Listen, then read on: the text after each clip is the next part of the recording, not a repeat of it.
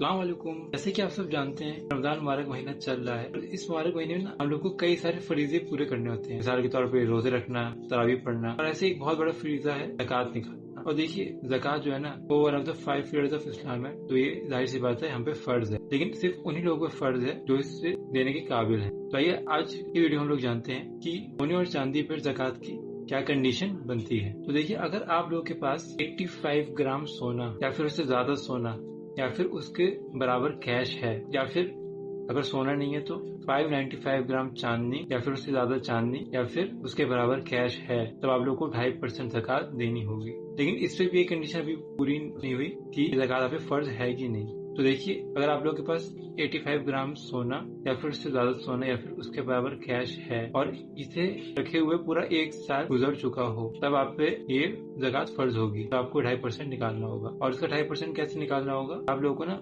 सोने की current value पता करनी पड़ेगी, यानी कि आजकल सोने का क्या भाव चल रहा है, फिर उसके हिसाब से 2.5% निकालनी होगी सोने की ज़कात। और ऐसे ही 595 ग्राम चांदनी या फिर उससे ज्यादा चांदनी है या फिर उसके बराबर कैश है और इसे रखे हुए भी 1 साल गुजर चुका है, तो आप लोगों को इसका भी भाव पता करना पड़ेगा, वैल्यू क्या चल रही है, और फिर उसके हिसाब से 2.5% निकालनी पड़ेगी। और देखिए आप लोग ज़कात निकालने पे ना कभी घबराया मत करिए, क्योंकि एक तो ये वैसे ही फर्ज है, अल्लाह का फरीज़ा पूरा करना है। दूसरा है कि ज़कात निकालने से माल कभी कम नहीं होता बल्कि पाक होता है और बरकतें आती हैं। इसीलिए आखिरी में मेरी आप लोग से गुजारिश है कि आप लोग के पास घर में चाहे माल पड़ा हो, चाहे कैश हो, चाहे सोना चांदी हो या फिर माली तिजारत का हो पैसा, तो आप लोग उस पे 2.5% ज़कात जरूर निकालें। अगर आप लोग प्लॉट के ऊपर, कपड़ों के ऊपर या फिर जेवर के ऊपर जानना चाहते हैं कि ज़कात का क्या कंडीशन बनती है, तो मेरे चैनल को जरूर सब्सक्राइब करिए और इस वीडियो को लाइक भी करिए। साथ साथ मुसलमान भाई बहनों के पास इस वीडियो को शेयर भी करिए, ताकि वो लोग भी ज़कात की इस कंडीशन को बहुत अच्छे से आराम से समझ सके।